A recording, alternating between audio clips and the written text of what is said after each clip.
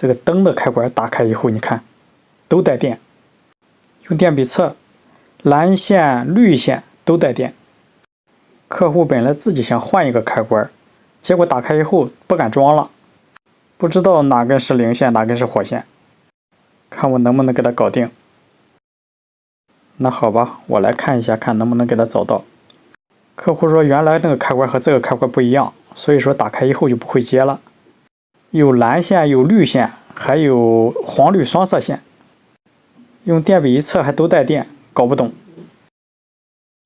我这一看也没看懂，因为我没分清哪个是零线，哪个是火线，哪个是控制线。这个往地下走这3根线应该是单开双控线，就是这边开灯，那边可以关灯的。然后这2根线又是什么意思呢？所以乍一看这几根线没搞清楚之前，你真不敢乱接。这个应该是火线。看一下这2根线，这个蓝线带电，黄绿双色线带电。那往上走这个蓝线，我把胶带打开，看一下这个蓝线也是带电的。所以说就这样你都不敢随便往上接。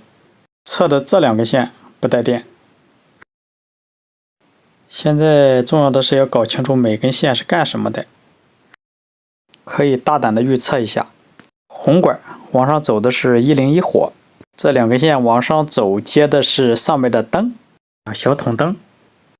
那这2根线是干啥的呢？用这个管下来的一根绿线和一根蓝线。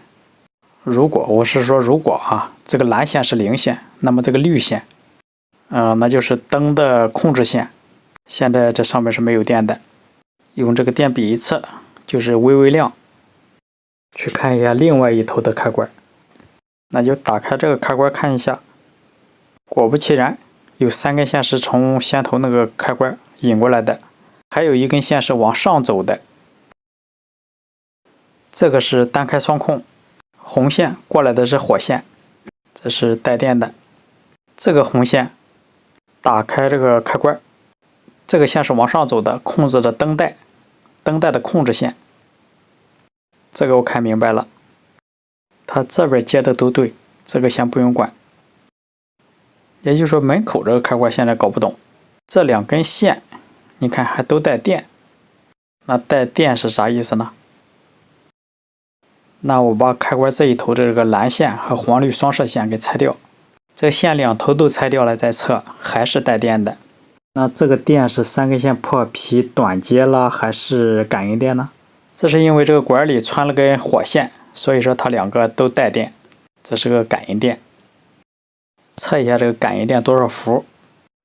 这个线与那个蓝线测60伏，与黄绿双色线测这个是70伏，不一样，这俩都是感应电。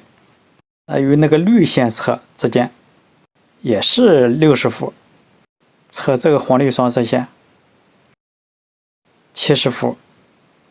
那你说这个绿线和蓝线哪个是零线呢？哪一个是控制这个主灯的线呢？那你肯定说蓝色的就是零线，不敢保证。也可能这个蓝线从主灯引下来的一个零线。那这个蓝线为什么带电呢？测一下它上面的电压，与绿线之间，这个蓝线与绿线220伏，有220伏的电。这个蓝线与蓝线之间也是220伏。那这个带电的蓝线是什么线呢？所以我认为这个带电的蓝线是一个零线。它之所以带电，是因为它与这个黄线形成回路。这个黄线是火线，我把它剪断。黄线通电去筒灯，通过筒灯回到零线，所以零线带电。现在把火线剪断了，所以这个零线就不带电了。可以肯定它就是一火一零，是一个回路。好了，下面看这2根线，哪一个是零线，哪一个是主灯的控制线。这2根线应该都是从主灯下来的，那就测一下哪根是零线，哪根是控制线。您说能测出来吗？就是在不拆灯的情况下，用望远表能不能测出来哪根是控制线，哪根是零线？先测一下电阻吧，这个电阻应该很大，控制线和零线之间的电阻很大，因为它们之间接着灯的电阻有大有小，这个是很大的。先找到火线，这是火线，拆掉这个蓝线和绿线。有的说师傅你太啰嗦了，我一眼就看出来蓝线是零线，你还要去测。分别测火线与绿线和蓝线，看一下它们的电压有没有不一样，来分出来哪个是控制线，哪个是零线。在测这两个线之前，我先测一下插座的电压。这个要看表针的摆动位置，记住这个位置。好，现在开始测火线与上面其中的一根线，记住这个位置。再测与另一根线与绿线，表针的位置跟刚才不一样，比测的插座稍微往左偏一点。再测火线与那个蓝线，看一下，和刚才插座测的一样。再看绿线，黑杠偏左一点。很明显，测的这两个线表针的摆动位置不一样。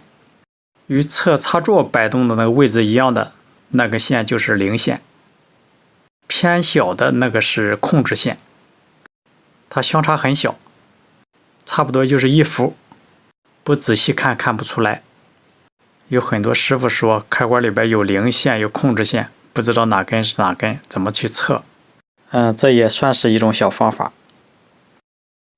筒灯的零线与这个零线连在一起，就是接通零线，黄线是筒灯的火线。这个筒灯是从灯的主火线引出一根线来，通过开关接通黄线。这个零线就是从主灯穿下来的零线，要接这个筒灯的零线，让筒灯亮起来，这样电路就接好了。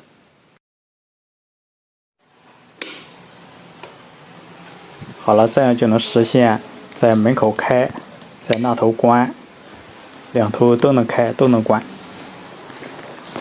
这样我的维修也就完成了。弄好以后，感觉这个电路很简单。很多时候开关盒里边有控制线，有零线，有的零线不一定是蓝色，所以说有的时候很难分，要拆开灯看一看。